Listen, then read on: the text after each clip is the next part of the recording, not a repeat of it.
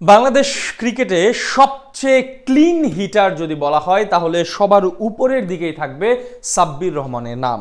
এত বেশি স্ট্রাইক খেলতে পারে, এত বড় বড় শট খেলতে পারে, খুব কম ক্রিকেটার আছে বাংলাদেশ ন্যাশনাল টিমে। সেই জায়গায় সাব্বির রহমানকে নিয়ে এখন জোর আলোচনা, তাকে ফেরানো হোক এশিয়া কাপের দলে, টি-20 স্কোয়াডে। সাব্বির রহমান কি আসলেই সেই যোগ্যতা রাখে দীর্ঘদিন পর জাতীয় দলে ফেরার?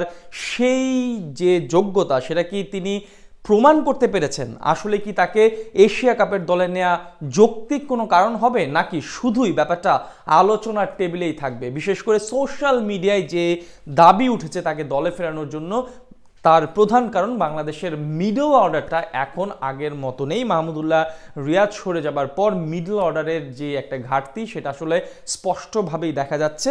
সেই কারণেই দর্শক মহলে, বিশেষ করে ফেসবুকে, সাব্বির রহমানকে দলে নেওয়ার জন্য তোড়জোড় একটা আলোচনা চলছে।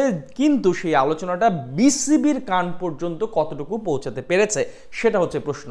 এখন দেখা যাক সাব্বির রহমান কি আসলে যৌক্তিকভাবে দলে আসার যোগ্য দাবিদার কিনা এই মুহূর্তে।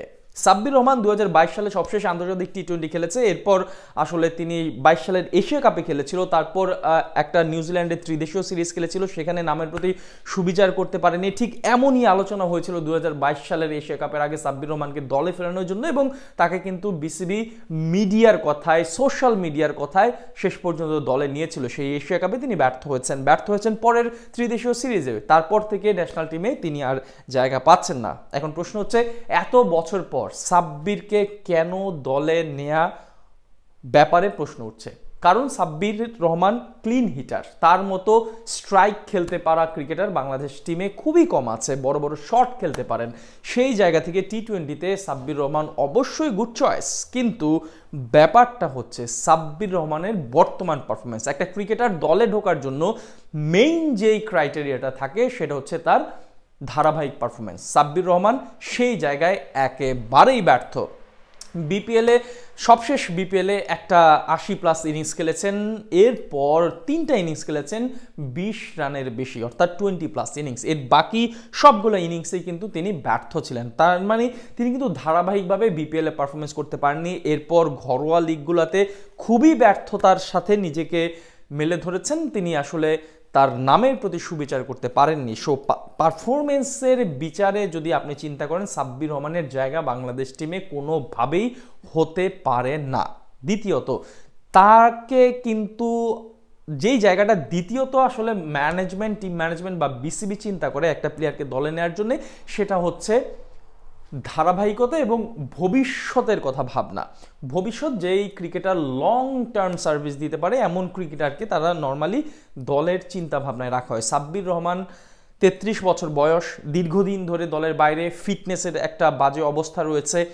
দলের যেই টিম কম্বিনেশন সেখানে তিনি কিভাবে খাপ খাইয়ে নিতে পারে, সব জায়গায় একটা বড় গ্যাপ রয়েছে। সাব্বির রহমানকে নিয়ে লং টার্ম চিন্তা করার আসলে সুযোগ এখন নেই সেই সাব্বির রহমানের জন্য। তাই এখন বাংলাদেশ ন্যাশনাল টিমে খেলার সুযোগটা একেবারেই ক্ষীণ হয়ে গেছে বা একেবারেই কমে গেছে। মিডল অর্ডারে যেই প্রশ্নটা উঠছে তাকে দলে নেওয়ার জন্য, সেই জায়গায় আসলে সম্ভাবনার জায়গায় একেবারে শূন্য অবস্থানে রয়েছে সাব্বির রহমান। কারণ তিনি খুব বেশি দিন আর খেলতে পারবেন না।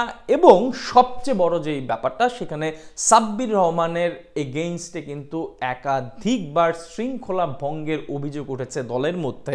সাব্বির রহমানের অনিয়ন্ত্রিত জীবন তাকে ক্রিকেট থেকে কিন্তু অনেকখানি দূরে সরে রেখেছে, এবং বিসিবি সবসময় এই ব্যাপারগুলোতে অনেক বিরক্ত ছিলেন সাব্বির রহমানের এই উচ্ছৃঙ্খল আচরণের কারণে।